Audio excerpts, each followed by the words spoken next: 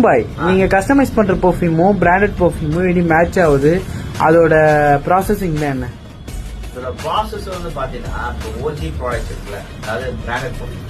இந்த பிராண்டட் பெர்ஃப்யூம்ஸ்லாம் எங்க இருந்து வருதுன்னா யூரோப்ல இருந்து வருது. அண்ட் பேசிக்கலாவே பெர்ஃப்யூமோட ஹப்னு பாத்தீங்கன்னாலே அது யூரோப் தான். அங்க இருந்தா எல்லா நாட்டுக்குமே பெர்ஃப்யூம் வந்து மேனுஃபேக்சர் ஆகுது, செல் அவுட் ஆகுது, ஹோல்சேல் எக்ஸப்ட் போகுது, இந்த மாதிரி எக்ஸெட்ரா எக்ஸெட்ரா. அண்ட் நம்மளோட கஸ்டமைஸ் எடுத்துக்கிட்டீங்கன்னா நம்ம எங்க இருக்கோம்னா அதே யூரோப்ல இருந்து டெலிவரி ஆகிற போர்ச்சுகல், ஸ்பெயின், அதாவது போர்ச்சுகல்ல டெலிவரி ஆகுது அண்ட் ஸ்பெயினுக்கு ரா மெட்டீரியல் போகுது. அந்த ரா மெட்டீரியல் ஆயில்ஸை நம்ம வந்து இம்போர்ட் பண்ணி இங்க எக்ஸ்ட்ரா யூஸ் பண்ணி அதை ஒரு பெர்ஃப்யூம் ஆயிலா மாற்றி அதை இங்க இருக்கிற ஓஜி ப்ராடக்ட் பிராண்டட் ஆயில்ஸ் இருக்குல்ல, பிராண்டட் பெர்ஃப்யூம், நம்மளோட ரா மெட்டீரியலும் அந்த பிராண்டட் பெர்ஃப்யூம் மேட்ச் ஆகுதா செக் பண்ணிட்டு தான் நம்ம அவுட்லெட்க்கு கொண்டு வரோம்.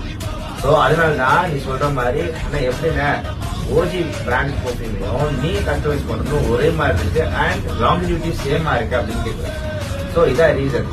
அவுட்லெட் எல்லாமே ஒவ்வொன்றுமே செக் அவுட் பண்ணி யூட்டிலைஸ் பண்ணி ஒரிஜினலோட செட் ஆகுதா மேட்ச் ஆகுதா பண்ணி சொல்ல வச்சிருக்கோம். அண்ட் நம்ம அல்ல பெர்ஃப்யூம் நீங்க எப்போ வந்தாலும் எத்தனை லட்சத்துக்கு இருக்கக்கூடிய பிராண்டட் பெர்ஃப்யூம் சரி இல்ல 1000 ரூபாய் இருக்கக்கூடிய பெர்ஃப்யூம் சரி நாங்க அஃபோர்டபுள் பிரைஸ்ல உங்களுக்கு கஸ்டமைஸ் பண்ணி கொடுப்போம்.